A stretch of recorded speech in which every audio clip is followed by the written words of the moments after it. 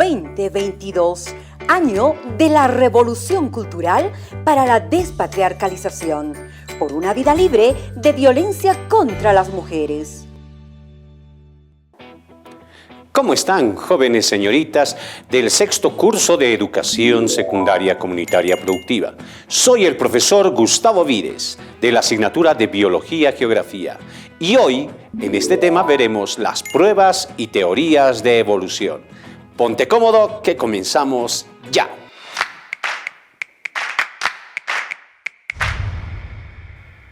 Hoy, en la asignatura de Biología Geografía del curso sexto de secundaria, tendremos la temática tan interesante que lleva por título Pruebas y teorías de la evolución.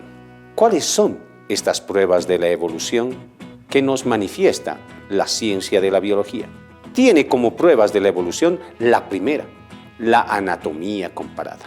La anatomía comparada nos indica que muchos de los seres vivos presentan semejanzas y diferencias sobre la morfología de todos los organismos, ya sea de los seres humanos con los mamíferos, también con los cetáceos, con otros mamíferos como los murciélagos o inclusive con algunos marsupiales.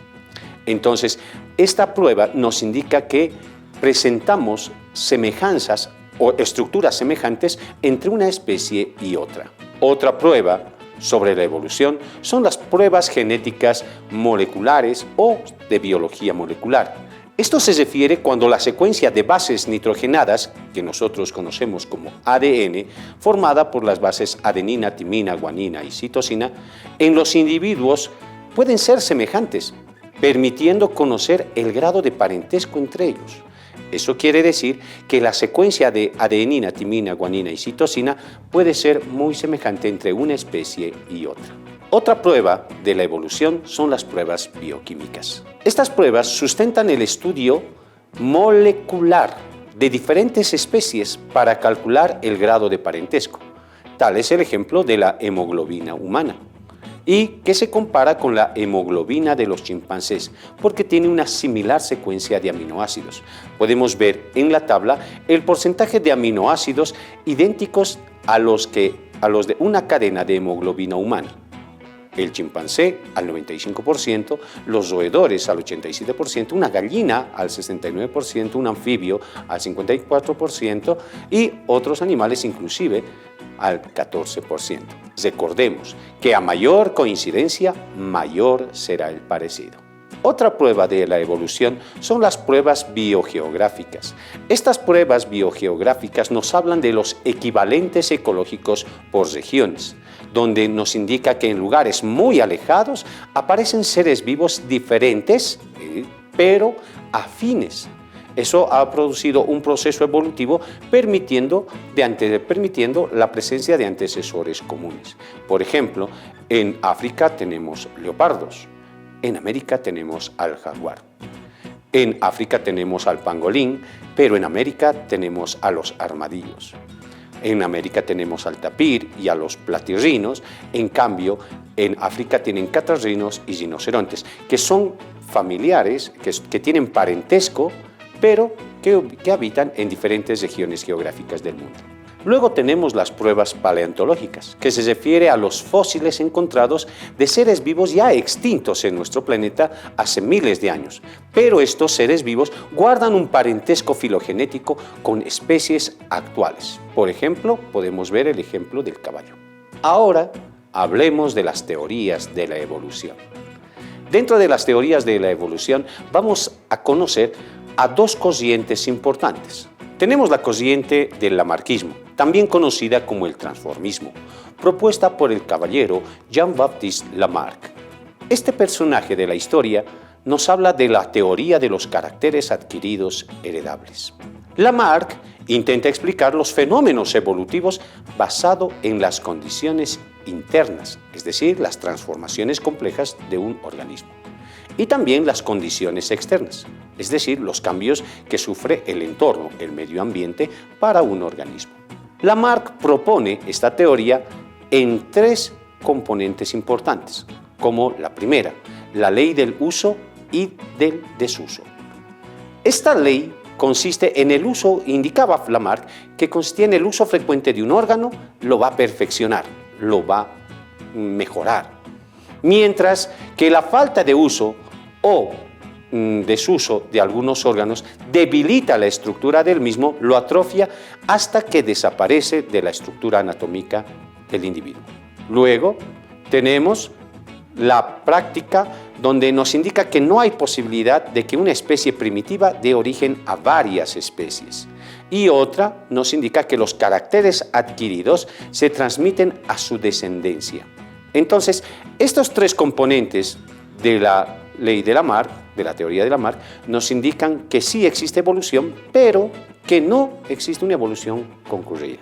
Para Lamarck, las jirafas, en este caso, son un exponente muy claro de su teoría, donde él propone que los cambios que realiza este animal son continuos y heredables a través de las generaciones. Nos indica en este ejemplo que las jirafas al principio tenían el cuello corto, en un ancestro común. Pero este cuello se estira para alcanzar las hojas más altas de los árboles para poder alimentarse. Y por esa necesidad, esa adaptación al ambiente, este cuello se va a seguir estirando hasta que se vuelve lo suficientemente grande para alcanzar las hojas de las ramas más altas. Y esta modificación, esta transformación, se mantiene en el tiempo. Pero aparece otra corriente, el darwinismo. Charles Darwin publicó en el año de 1859 el libro El origen de las especies, donde propone su teoría de la selección natural. Darwin viajó por el mundo desde sus 22 años durante 5 años continuos, visitando los continentes de Europa, África, Asia, Oceanía y América del Sur. En estos viajes logró una gran colección de fósiles de flora y fauna y también registros de las costumbres que presentaban los habitantes de dichas poblaciones. Darwin sostiene que los organismos expresan variaciones dinámicas haciéndolos diferentes dentro de su población, como podemos ver el ejemplo de los gatos.